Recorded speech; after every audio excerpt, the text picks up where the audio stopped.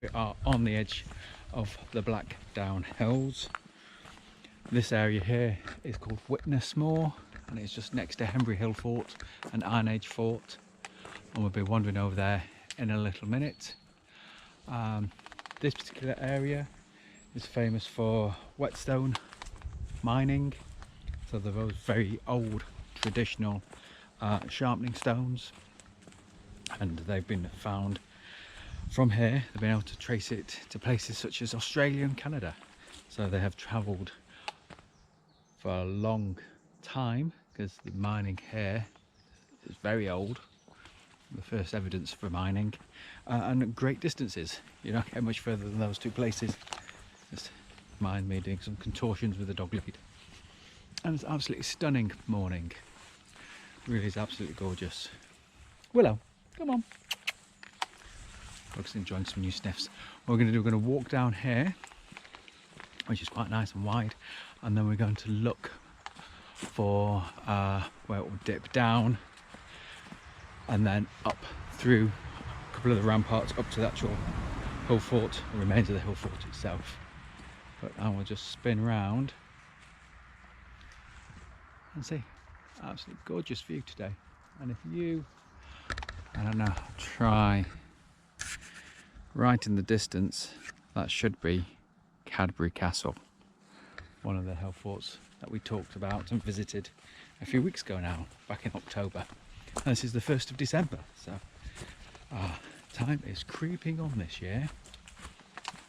So this is lovely. So I've just parked in the car park, the main car park. Plenty of space for parking. This bit, well, it's getting a little bit steeper now. That's annoying. Private. That's fine for being private. But the steep cutting willow. Don't do that. Right. Quite a busy road. See beside me. There's the car park we're just leaving. And here's the main entrance to the fort.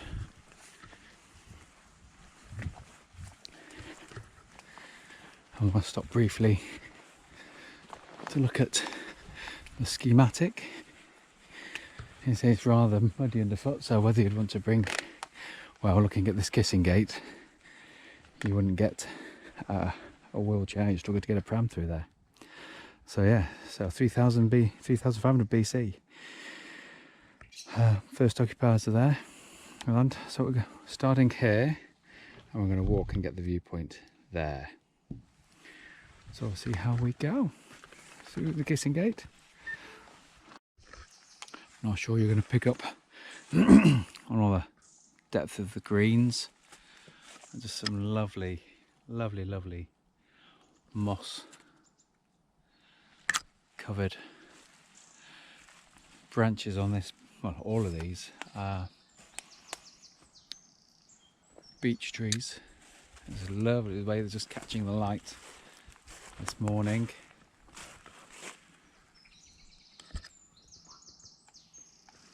And see, so even though they're completely covered, so they've all got buds on ready for next year. There's an old hedge boundary. So Blackdown's big plateau on top, and then you have these lovely deep valleys kind of scooping down from the side. So we'll just have a look at this rather dead beech tree, and just look at some of these bracket fungi on here. We'll have a little closer look. We've got various ages, so you've got really old ones, and all this moss is because it's so damp here. And just going through to some new ones. I'm going to see someone's decided to draw a lovely little pattern underneath, a couple of stars, a bit of sun. And here we have got some candle snuff or candle wick fungus. It's dark at the bottom and then goes white, so it just looks like a candle wick. It's a lovely little find. So there's some tiny, tiny ones. So yes, lots of things living on it. And there you go. So it will feature on a register somewhere, because this was, until I don't know, the last 20 years, on a big at-risk register for an ancient site. It's owned by the Thurston family, so I think that means that it'll be the same ones that own Thurston House, and if memory serves correct, they also own the Cadbury Castle Iron Age fort as well. But here we get a real feel for the size of the place, so the size of the ramparts. So naturally defended on those three sides, and then some ramparts on this, although there are lesser ramparts further around. So we'll wander along. Oh, look, an ash tree that they've chopped. Must have been unsafe for some reason. A nice clear bit of sky. So there's some age to some of these trees. So we go along, and then I think we have to go along a couple, and then down and up. Willow, this way. Go on, gorgeous. Come here, big fluff ball. As it's privately owned, they get to say what you can do and what you can't do. And we got a lovely view of the ramparts here. Down, up, down, up, down. That's really quite steep there. You're not allowed to ride your bike here, which you can go, okay, it'll keep the site a little bit better condition, but missing out on a lot of fun. Willow, come on. Come on, you. So here's the main area, and you'll see it's quite extensive. I'll zoom you up a bit.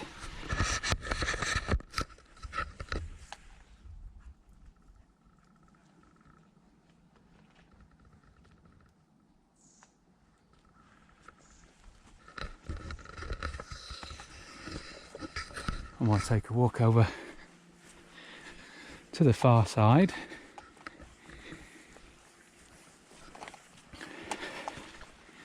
You can see the original, I'm assuming it's the original boundary and embankment is still around.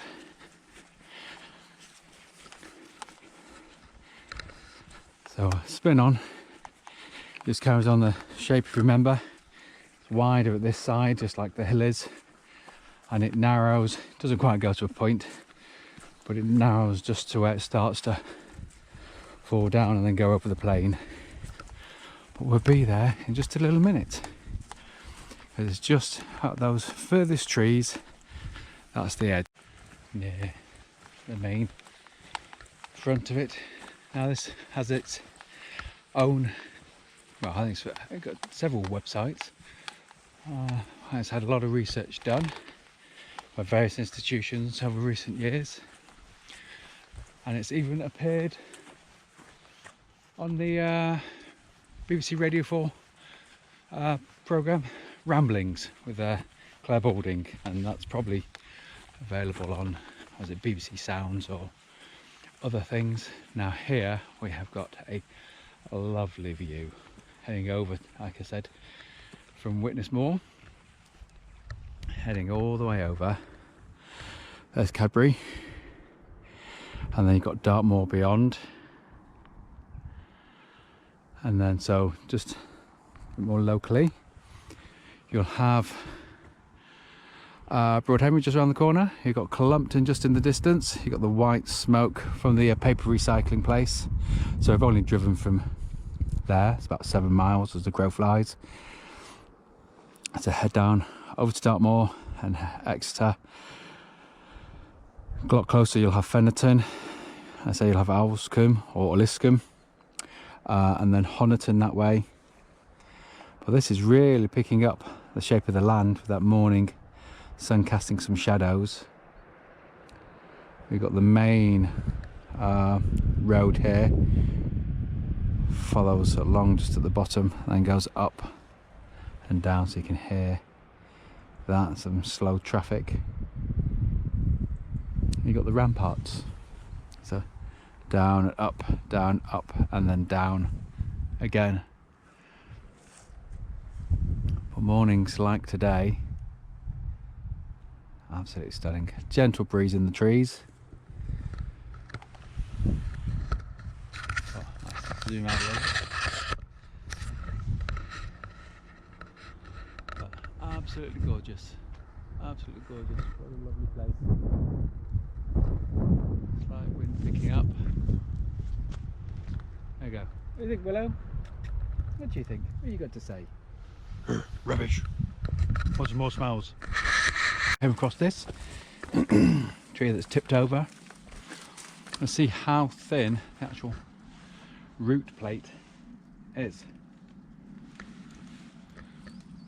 Another beech, the size of it, so it's got some age and some height. It's fallen down to the top bit. It's always amazing how they can stand up and cope with what they have. And sometimes they just tip. It's got quite a lot of stone, so quite a shallow soil before you hit the rock. But it's the same for all of them.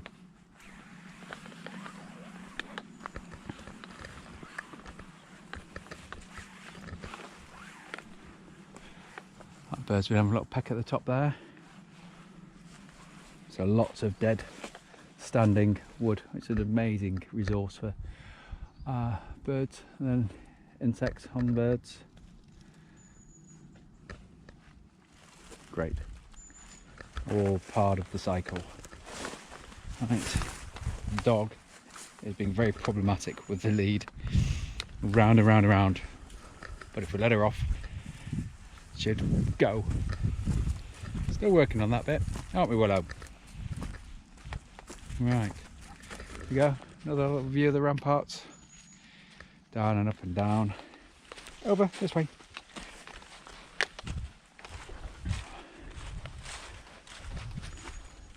There's some age to these beech. There really is. Willow, out of the mud.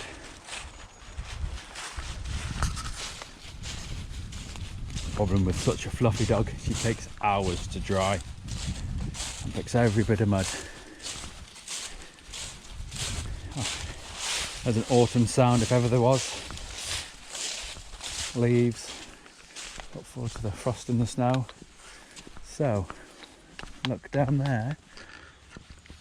That's the road. So still a height down. So we think where we were up on Witness Moor.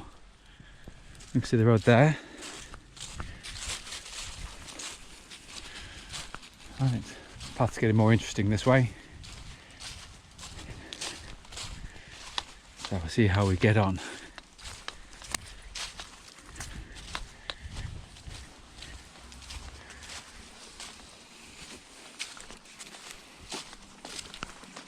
Oh, it's not so bad. Not so bad at all. Oh, she's picked up a stick. Ah, there you go.